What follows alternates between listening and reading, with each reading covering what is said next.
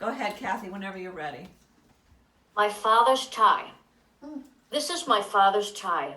It's a 50s tie, skinny, silver with flecks of copper design.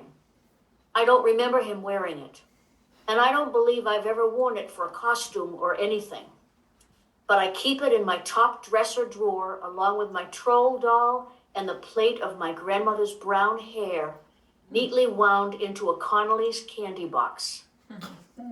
She went the way of all flappers in the 1920s, bobbed her hair, flattened her considerable chest, which stayed flattened till her death at 91. But back to Dad's tie. Also in that drawer is a small book, Reading the Runes, with a pouch of white stones marked with pagan symbols. When I feel the spirit move me, the moon doesn't even have to be full. Just when the psychic groundwaters rise at times of crisis and cosmic shifts, I lay the tie out on Graham's dresser, now mine, and draw one rune from the bag, blindly placing it on the silver sheath, Dad's tie. I am looking for an answer, some guidance, a clue, a key, a whisper from the spirits, the druids, the angels and saints, what my next move should be. What does this moment, this crisis, this cataclysm portend?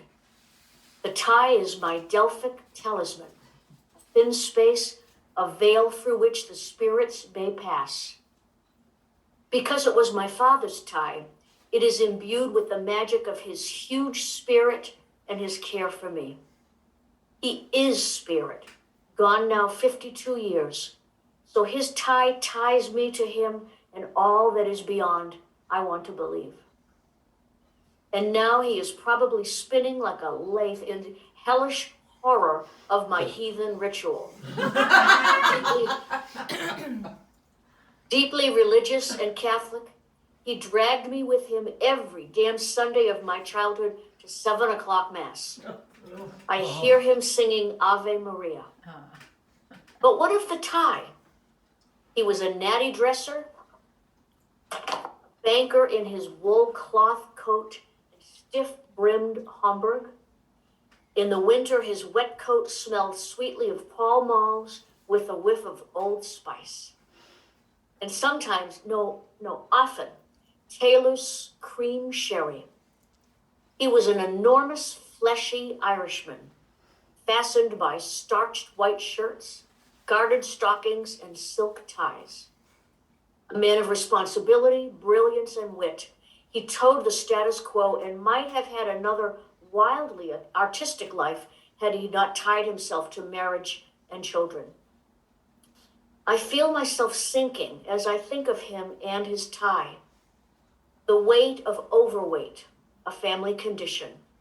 The relentless drive of too much creativity and a heart bursting, for him literally at the age of 47, with the desire to do more. Paint the house, wallpaper every room, upholster furniture, landscape the yard.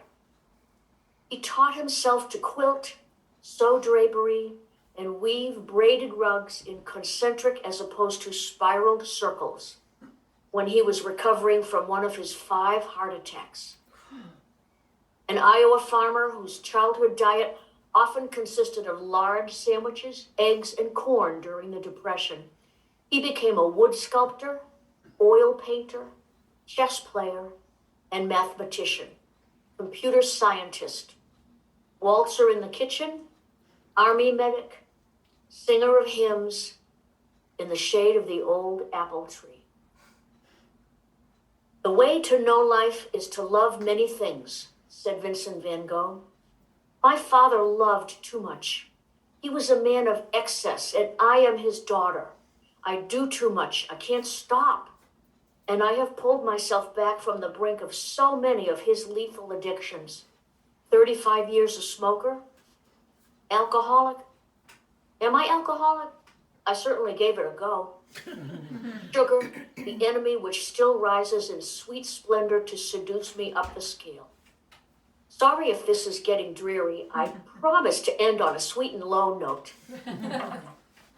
Like Dad, I am tied to obligation, and I fight this father part of me at the same time I fight to be more like him. Dear sweet Jesus, his impeccable sense of order. Order is heaven's first law. His dresser drawers were immaculately organized and nothing ever out of place. Always sharpened number 2 pencils at the ready on the kitchen table for his crosswords, his math problems, his musings and doodles.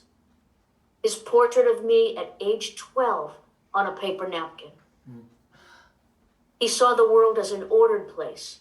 Army corners on the bed sheets, straight lines on a page, perfect penmanship, grass mowed in straight rows, then cross-hatched. What the hell am I searching for here as I scribble on this paper? For some reason, why such brilliance burned itself out, extinguished at age 47. Why he left me at age 15, one spring afternoon in the kitchen, disbelieving the sight of him in the chair? I think I'm searching for some tie, some link in my life to hold him to me. I am looking for my spirit in his, or his in mine. And reading the runes is not even the half of it. Yeah.